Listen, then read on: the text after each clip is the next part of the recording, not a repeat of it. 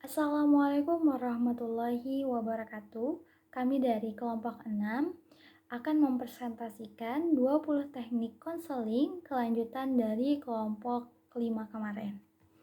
Kelompok 6 sendiri beranggotakan Haura Getsa, yaitu saya sendiri, Wapa Mawaddah, Surya Citra Ma'ruf, Syarifah Ardelia, Siti Sriarni, dan Najra Hairina.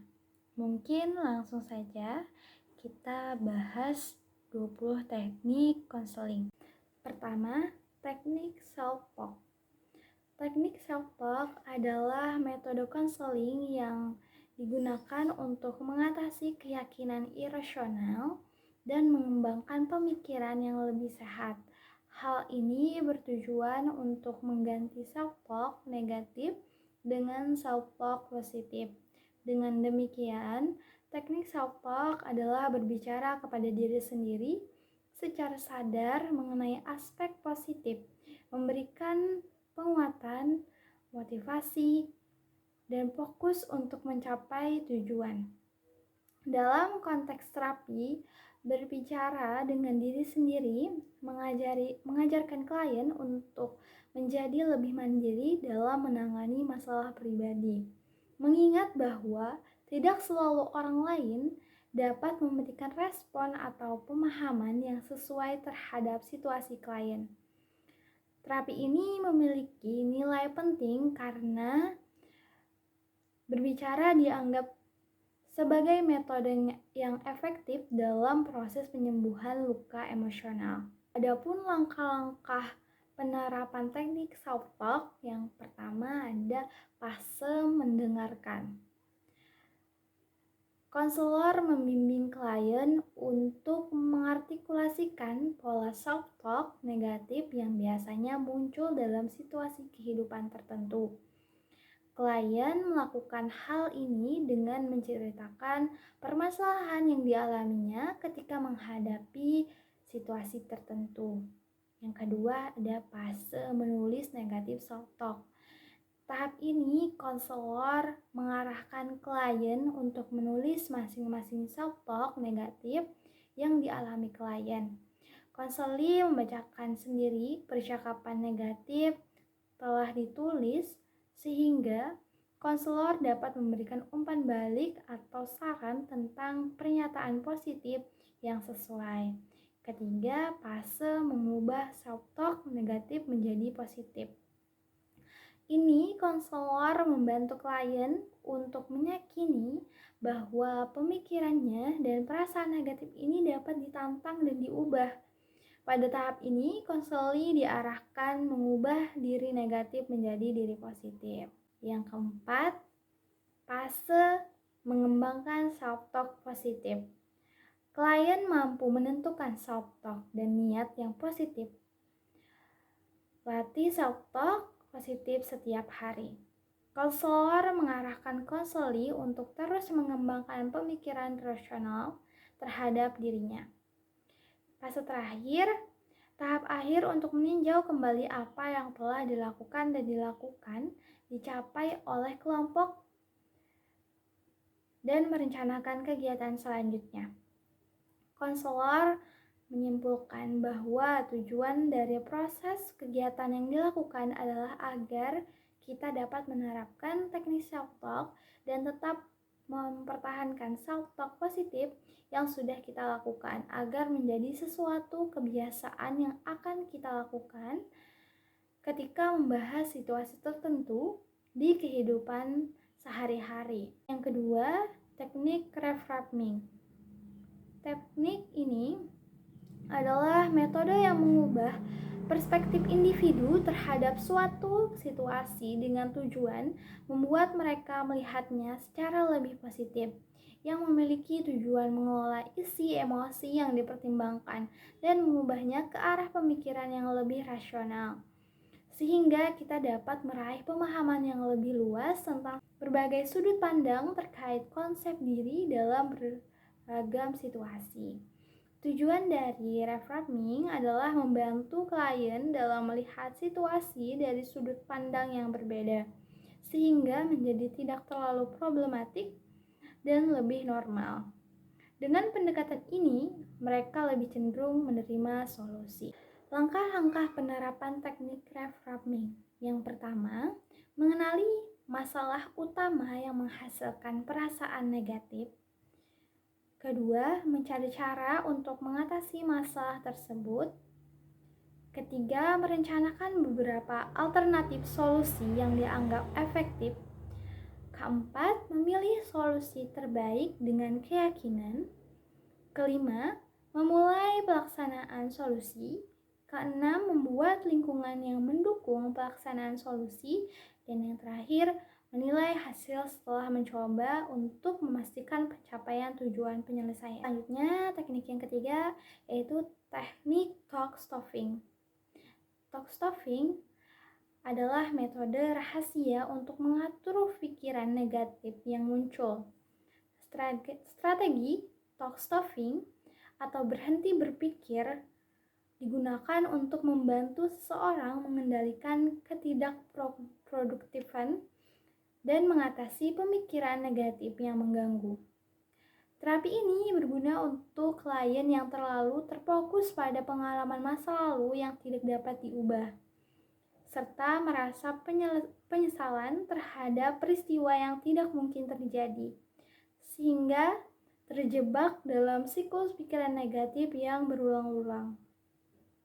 Terapi talk stopping adalah pilihan yang tepat untuk mengatasi situasi seperti stres ringan, stres sedang, ansietas, fobia, kecanduan alkohol, upaya bunuh diri, isolasi sosial, rendahnya harga diri, dan pengalaman halusinasi.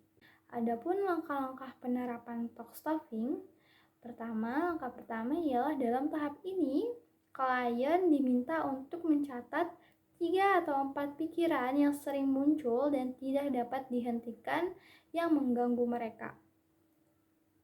Langkah kedua, dalam tahap ini klien diminta untuk mencatat 3 atau 4 pikiran yang dianggap menyenangkan oleh mereka. Lalu untuk membantu klien membayangkan bagaimana rasanya jika pikiran menyenangkan itu muncul ketika mereka menghadapi pikiran yang tidak diinginkan. Lalu selanjutnya ialah langkah ketiga, fokus pada pikiran yang tidak menyenangkan. Klien diminta untuk sepenuhnya fokus dan berkonsentrasi dengan menutup kedua mata pada pikiran yang kurang mengenakan tersebut. Langkah yang keempat, pada langkah ini klien diminta untuk mengucapkan kata stop dengan lantang ketika merasa tidak nyaman dengan pikiran yang kurang menyenangkan tersebut. Ini juga dapat menghentikan perhatian terhadap pikiran yang membawa kesenangan. Langkah kelima, klien diminta untuk menggantikan pikiran yang mengganggu dengan pikiran yang membawa kesenangan selama sekitar 30 detik. Jika pikiran yang tidak menyenangkan kembali muncul sebelum 30 detik berlalu, klien diminta untuk mengucapkan kata stop sekali lagi. Langkah keenam, setelah berhasil menghentikannya dengan mengucapkan kata stop dengan keras, klien kemudian diajak untuk mencoba dengan suara normal, dengan secara bisikan. Jika klien berhasil menghentikannya dengan bisikan, langkah berikutnya adalah mencoba mengucapkannya dalam hati sambil membayangkan seolah-olah terdapat tanda stop yang muncul secara otomatis dalam pikiran klien.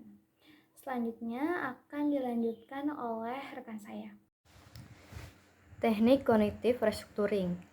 Teknik ini merupakan salah satu teknik dalam terapi perilaku kognitif atau yang biasa disebut dengan CBT, yang bertujuan untuk membantu seseorang mengidentifikasi dan mengubah pola pikir negatif yang dapat menyebabkan emosi dan perilaku yang tidak diinginkan. Teknik ini dapat digunakan untuk mengatasi berbagai macam masalah psikologis, termasuk kecemasan, depresi, gangguan obsesif kompulsif atau OCD, dan gangguan stres pasca trauma atau PTSD. Selanjutnya, teknik Rational Emotive Behavior Therapy atau REBT model ABCDEF dan rational emotive imagery. Nah, pendekatan ini itu adalah pendekatan behavior kognitif yang menekankan pada keterkaitan antara perasaan, tingkah laku, dan pikiran. Nah, pendekatan RABT ini dikembangkan oleh Albert Ellis melalui beberapa tahapan. Nah, pendekatan ini bertujuan untuk mengajak individu untuk mengubah pikiran-pikiran irasionalnya ke pikiran yang rasional melalui teori ABCDEF. Selanjutnya tuh model ABCDEF. Nah, model ini tuh adalah model dasar dari RABT ini yang dikembangkan oleh Albert Ellis. Model ini tuh menjelaskan bagaimana pikiran, perasaan, dan perilaku saling berhubungan. Selanjutnya, rational emotive imagery. Ini adalah teknik terapi yang menggunakan imajinasi untuk membantu individu mengubah pikiran dan keyakinan irasional mereka menjadi pikiran dan keyakinan yang rasional. Teknik selanjutnya yaitu teknik biblioterapi. Nah, teknik ini tuh teknik terapi yang menggunakan bahan bacaan seperti buku, puisi, atau cerita untuk membantu individu mengatasi masalah atau kondisi psikologis. Nah, teknik ini tuh dapat dilakukan secara perorangan atau kelompok dengan atau tanpa bimbingan terapis. Terus manfaat biblioterapi ini di antara lain seperti membantu individu untuk mengatasi masalah atau kondisi psikologis, terus meningkatkan pemahaman diri, meningkatkan keterampilan sosial, meningkatkan rasa percaya diri, dan meningkatkan kesejahteraan mental. Baiklah, selanjutnya teknik journaling. Konseling teknik journaling adalah pendekatan yang melibatkan penggunaan jurnal atau catatan pribadi untuk membantu seorang mengatasi masalah emosional, mental, dan interpersonal. Dalam konseling jenis ini, seorang konselor akan membimbing klien dalam mengeksplorasi pikiran, perasaan, dan pengalaman mereka melalui menulis jurnal secara selanjutnya. Tata cara konseling dengan menggunakan teknik journaling itu melibatkan serangkaian langkah-langkah yang dimana dirancang untuk membantu klien mengatasi masalah mereka melalui penulisan jurnal. Berikut adalah panduan umum untuk tata cara konseling teknik journaling. Yang pertama, pendahuluan. Yang selanjutnya, menentukan tujuan. Yang ketiga, membangun rutinitas jurnal. Keempat, menyusun jurnal. Yang kelima, refleksi. Yang keenam, menganalisis dan bertindak. Ketujuh, evaluasi dan penyesuaian. Selanjutnya, dukungan terus-menerus. Dan terakhir, akhir konseling. Selanjutnya, teknik sistematik desensitization. Konseling teknik sistematik desensitization adalah metode terapeutik yang digunakan dalam psikoterapi untuk mengatasi dan mengurangi kecemasan atau ketakutan ekstrim terhadap objek, situasi, atau peristiwa tertentu. Teknik ini dikembangkan oleh Joseph Wolf pada tahun 1950-an dan didasarkan pada prinsip dasar bahwa kecemasan dapat dikurangi dengan menggantikan respon kecemasan dengan respon yang lebih refleks. Tata cara konseling dengan teknik sistematik desensitization melibatkan serangkaian langkah yang cermat untuk membantu individu mengatasi fobia atau kecemasan tertentu. Yang diantaranya, yang pertama, identifikasi fobia atau kecemasan. Kedua, membangun hierarki kecemasan. Yang ketiga, relaksasi progresif. Yang keempat, pembentukan hierarki kecemasan. Kelima, desensitasi bertahap. Enam, desensitasi bersistematis. Yang ketujuh, penguatan positif. 8, pengukuran kemajuan. Dan 9, yang terakhir, evaluasi dan penyesuaian. Lalu yang selanjutnya adalah teknik stress inoculation training atau disingkat SIT. Konseling teknik stress inoculation training SIT adalah metode terapeutik yang digunakan untuk membantu individu mengatasi stres dan tekanan dalam kehidupan mereka. Teknik ini dikembangkan oleh Donald Weizenbaum pada tahun 1970-an dan telah digunakan secara luas dalam bidang psikologi dan konseling. Prinsip dasar dari stress inoculation training adalah bahwa individu dapat dipersiapkan atau diinokulasi terhadap stres dengan pengembangan keterampilan kognitif, dan perilaku yang dapat membantu mereka menghadapi situasi stresor dengan lebih baik. Berikut adalah komponen utama dan teknik stress inoculation training. Yang pertama, identifikasi stresor, yang dimana terapis bekerja sama dengan klien untuk mengidentifikasi situasi atau faktor yang menyebabkan stres dalam kehidupan mereka. Yang kedua, edukasi dan penyadaran.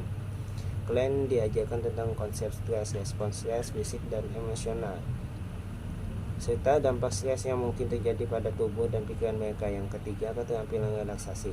Klien belajar teknik relaksasi seperti pernapasan dalam, meditasi atau visualisasi untuk mengurangi respons stres fisik. Yang keempat, keterampilan kognitif. Klien memahami dan mengubah pola pikir yang negatif atau tidak sehat yang dapat meningkatkan stres. Yang kelima, keterampilan perilaku. Klien dilatih untuk mengatasi situasi stres dengan keterampilan sosial, komunikasi, dan taktik penyelesaian masalah yang lebih efektif. Yang keenam, latihan berperan. Terapis memainkan peran dalam situasi yang memicu stres, dan klien berlatih menggunakan keterampilan yang telah mereka pelajari untuk menghadapinya dengan lebih baik. 7. Penguatan positif. Teknik yang selanjutnya ialah teknik modeling. Teknik modeling ialah teknik yang memungkinkan individu untuk belajar menciptakan dan menerapkan perilaku baru melalui proses pengamatan, observasi, dan generalisasi melalui perilaku orang lain yang menjadi model. Nah, dalam proses modeling ini terlibat pula proses kognitif dan kreatif, jadi tidak hanya sekedar meniru. Teknik modeling ialah salah satu metode yang digunakan dalam layanan konseling di mana model yang berasal dari luar diri klien digunakan dengan tujuan agar perilaku yang terdapat pada model tersebut dapat diamati oleh klien dan dijadikan pedoman dalam berperilaku. Adapun langkah-langkah yang umum digunakan dalam teknik modeling ini, pertama, melakukan telah masalah, yaitu analisis tingkah laku konseli dan lingkungan konseli. Yang kedua ialah merumuskan tujuan dan sasaran yang akan dicapai dalam proses teknik modeling ini. Yang kedua, menentukan model dan cara modeling. Dan yang keempat, melakukan modeling atau perilaku, di mana konselor akan mengajukan pertanyaan tentang sikap dan perasaan serta memberikan motivasi. Selanjutnya ada teknik behavioral rehearsal. Nah, jadi teknik ini awalnya dikenal dengan behavioristik psikodrama yang merupakan kombinasi dari terapi conditional reflex oleh Sattler, teknik psikodrama oleh Moreno, dan terapi peran oleh Kelly. Namun, yang lebih umum digunakan ialah behavioral rehearsal di mana klien harus sepenuhnya menyadari dirinya sendiri. Teknik behavioral rehearsal ini melibatkan peran bermain di mana klien belajar perilaku baru di luar sesi konseling. Teknik ini melibatkan beberapa komponen penting seperti menirukan perilaku, menerima umpan balik dari konselor, dan sering melatih perilaku yang diinginkan. Kemudian ada teknik role play. Teknik role play atau yang juga dikenal sebagai sosiodrama ialah teknik yang digunakan oleh konselor dari beragam orientasi teoritis untuk membantu klien mengembangkan pemahaman yang lebih mendalam mengenai dirinya sendiri dan melakukan perubahan dalam dirinya. Dalam role play ini, klien dapat melakukan perilaku yang diputuskan di lingkungan yang aman dan bebas risiko. Dalam teknik role play ini terdapat 4 variasi. Yang pertama ada role playing, yaitu istilah umum yang mengacu pada keempat tipe fundamental role play. Setiap orang dalam role play memegang peran yang disimulasikan dan berpura-pura menjadi peran tersebut sehingga dapat mengalami keterampilan yang sedang dipelajari. Yang kedua ada role assumption, yang merupakan salah satu jenis role play yang perannya ditetapkan dengan jelas. Kemudian ada role rehearsal, yang melibatkan individu yang tetap memainkan peran normalnya, namun berlatih untuk menghadapi situasi tertentu di masa depan.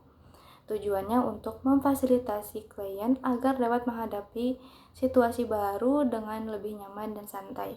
Kemudian ada role reversal. Dalam role reversal ini, orang memainkan peran yang berlawanan dengan peran yang biasanya dimainkan. Adapun langkah-langkah dalam teknik role play ini, pertama ada warm up, di mana konselor menjelaskan tekniknya kepada klien dan klien memberikan deskripsi terperinci mengenai perilaku, sikap, dan performa yang ingin diubah. Kemudian ada scene setting, Konselor berperan dalam membantu klien dalam merancang dan mengatur lingkungan mereka sesuai dengan preferensi klien. Kemudian ada scaling rules. Klien mengidentifikasi dan menguraikan individu-individu yang memiliki peran penting dalam adegan-adegan tersebut. Kemudian ada enactment. Dalam praktik konseling, klien dapat memerankan perilaku target yang diinginkan, dan jika mengalami kesulitan, konselor dapat mencontohkan perilaku tersebut.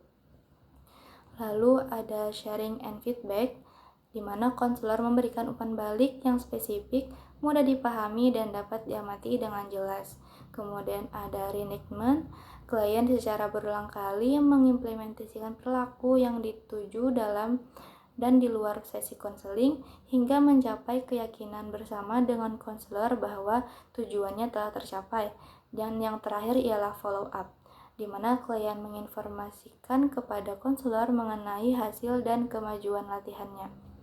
Untuk pemaparan teknik yang selanjutnya akan dipaparkan oleh Saudari Siti Sriarni.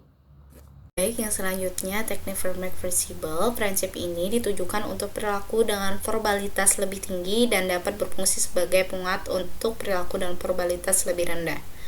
Dengan kata lain, individu akan lebih termotivasi untuk melakukan tugas yang tidak diinginkan jika tugas tersebut diikuti dengan tugas yang diinginkan.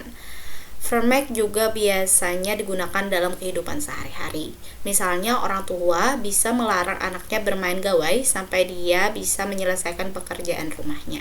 Implementasi dari teknik prinsip Vermaak. Dengan menggunakan prinsip Vermaak, hal pertama yang harus dilakukan konsultan adalah menilai aktivitas mana yang disukai klien. Berdasarkan penilaian tes ini, kegiatan prioritas dapat dipilih untuk memperkuat perilaku sasaran yang diinginkan.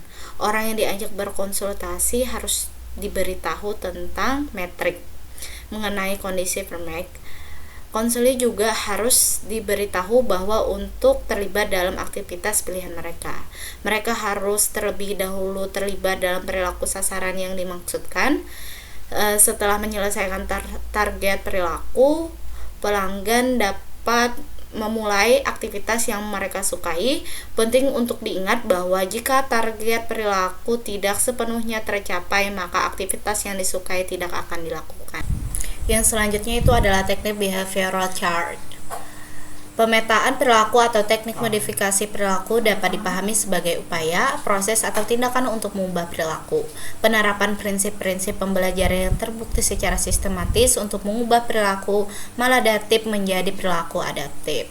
Secara eksperimental, menggunakan teknik perubahan perilaku untuk memperbaiki perilaku melalui penguatan positif atau penguatan negatif, dan hukuman atau upaya penerapan prinsip pembelajaran dan prinsip psikologis dari eksperimen manusia.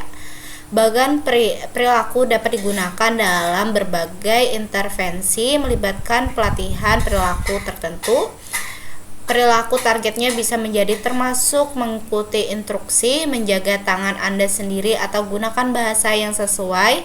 Bagan perilaku telah terbukti efektif dalam beberapa studi eksperimental. Cara mengimplementasikan teknik behavioral chart.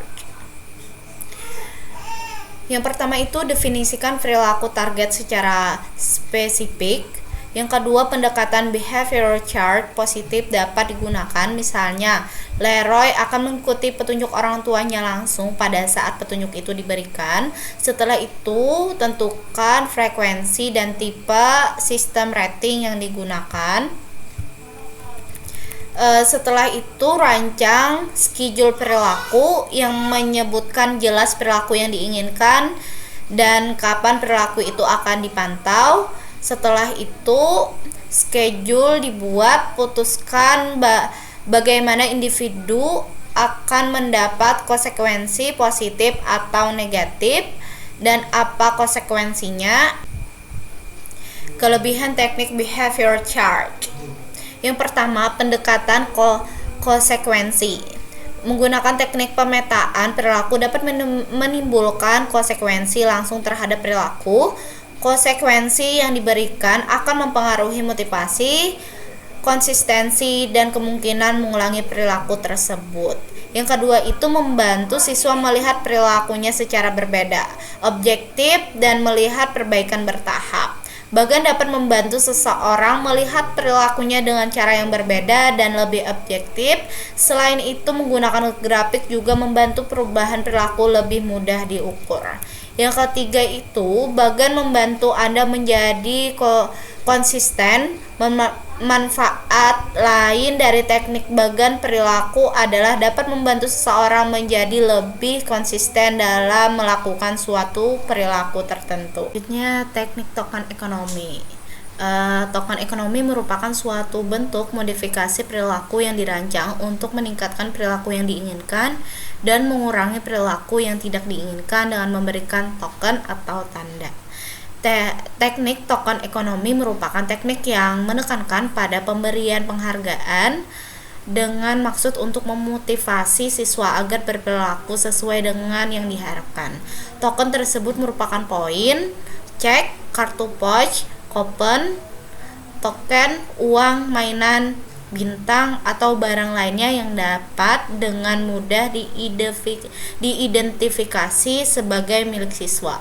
Token ini dapat ditukarkan dengan item penguatan atau aktivitas yang biasanya disebut dengan penguatan mimpi atau hadiah. Tahapan pelaksanaan token ekonomi. Yang pertama itu adalah tahapan persiapan, menentukan tingkah laku yang akan diubah, disebut sebagai tingkah laku yang ditargetkan, menentukan barang atau benda yang mungkin dapat menjadi penukar kepingan. Yang kedua adalah tahapan pelaksanaan. Tahapan implementasi diawali dengan dibuatnya kontrak antara siswa dan guru.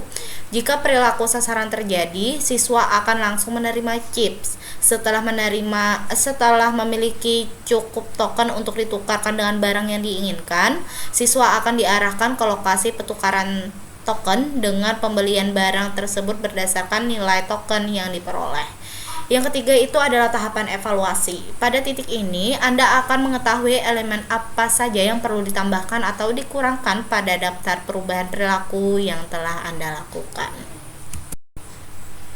Dalam menerapkan teknik token ekonomi, hendaknya guru memperhatikan aturan-aturan yang ada agar pelaksanaannya dapat berjalan dengan baik, yaitu hindari penundaan. Pemberian token dilakukan ketika setelah perilaku sasaran muncul, berikan token secara konsisten. Pemberian token yang terus-menerus atau continuous dan konsisten akan mempercepat peningkatan perilaku sasaran. Persyaratan hendaknya jelas, aturan yang diterapkan harus jelas dan mudah diikuti. Pilih pengukuh atau hadiah yang macam dan kualitasnya memadai. Bila berupa benda, pengukuhan tersebut harus ringan, menarik, mudah dibawa atau disimpan. Kelebihan dari token ekonomi. Yang pertama, token dapat dengan mudah diukur sehingga tingkah laku yang berbeda dapat menerima token lebih banyak atau lebih sedikit. Yang kedua, token ekonomi tersusun dengan baik sehingga tingkah laku siswa yang diharapkan diperkuat secara konsekuen. Yang ketiga itu penukaran token mudah dilaksanakan karena penerima dapat menjumlahkan token yang dapat mengubah masalahnya dalam bentuk tingkah laku. Kekurangan dari teknik token ekonomi. Kerugian menggunakan token ekonomi mencakup waktu dan upaya yang diperlukan untuk mengatur dan melaksanakan program serta biaya pembelian bala bantuan. Berdasarkan pernyataan ini, kita dapat menyimpulkan bahwa kekurangan dalam implementasi token ekonomi meliputi waktu, organisasi program, dan harga pembelian token. Jangka waktu perencanaan yang cukup lama karena memerlukan perencanaan yang matang.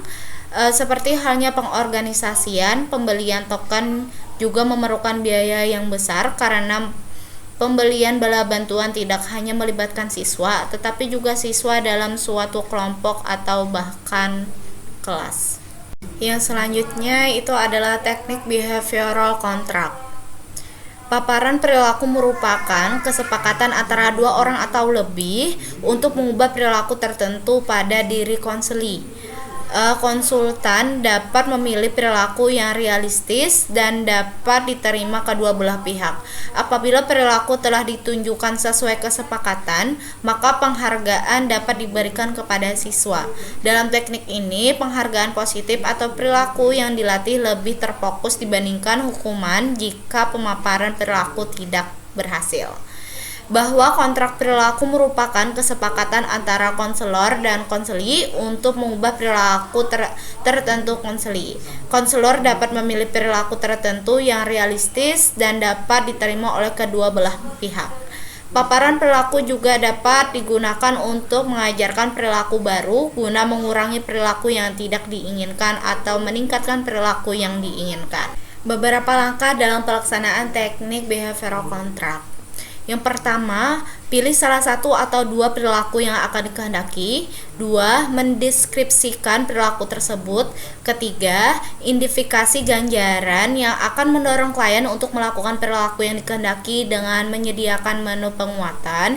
Yang keempat, tetapkan orang yang dapat memberikan reward atau membantu konselor menjaga berjalannya perilaku yang dikehendaki. Yang kelima, tulis kontrak secara sistematis dan jenis sehingga pihak yang terlibat dapat memahami isi serta tujuan. Yang keenam, pengumpulan data. Yang ketujuh, tulis kembali kontrak ketika tujuan tidak tercapai. Yang kedelapan, memonitor perilaku secara kontinu dan membuat solusi. Yang terakhir itu ada pilih perilaku lain yang memungkinkan dapat dilakukan klien mencapai tujuan. Kelebihan dari token ekonomi. Yang pertama, token dapat dengan mudah diukur sehingga tingkah laku yang berbeda dapat menerima token lebih banyak atau lebih sedikit. Yang kedua, token ekonomi tersusun dengan baik sehingga tingkah laku siswa yang diharapkan diperkuat secara konsekuen. Yang ketiga itu penukaran token mudah dilaksanakan karena penerima dapat menjumlahkan token yang dapat mengubah masalahnya dalam bentuk tingkah laku. Kekurangan dari behavioral contract. Yang pertama, meskipun sederhana namun membutuhkan waktu yang tidak sedikit. Ini juga tergantung dari kemampuan individu itu sendiri. Yang kedua, bagi konselor yang kurang dapat memberikan enforcement dengan baik dan hati-hati, pelatihan ini kurang berjalan dengan baik. Selanjutnya itu ada teknik extinction. Extinction merupakan teknik perilaku klasik yang berbasis hukuman yang melibatkan menahan, memberi sebuah penguatan untuk memangkas suatu perilaku tertentu. Misalnya, pada awalnya orang tua ingin anaknya memiliki kebiasaan yang baik, maka mereka berjanji pada sang anak akan memberikan hadiah dengan tujuan agar anak mau melakukan hal baik tersebut.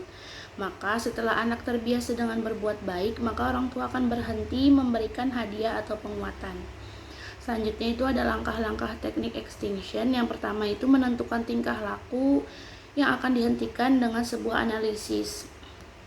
Terus yang kedua itu, jika tingkah laku itu muncul, orang tua tidak memberikan indikasi apapun bahwa mereka melihat tingkah laku tersebut. Untuk yang ketiga itu akan lebih kuat jika digabungkan bersama teknik penguatan positif. Terus untuk kelebihan teknik extinction itu terjadi dengan cepat bila dikombinasikan dengan penguatan perilaku yang diinginkan. Ibarat mendidik anak yang sulit jika ia meminta sesuatu. Terus yang kedua itu prosedur penghapusan memberikan efek yang tahan lama. Seperti pada perilaku rewel, maka mereka tidak akan kambuh lagi bila tidak diberi penguatan. Terus yang ketiga itu prosedur penghapusan ini tidak menimbulkan efek samping yang negatif.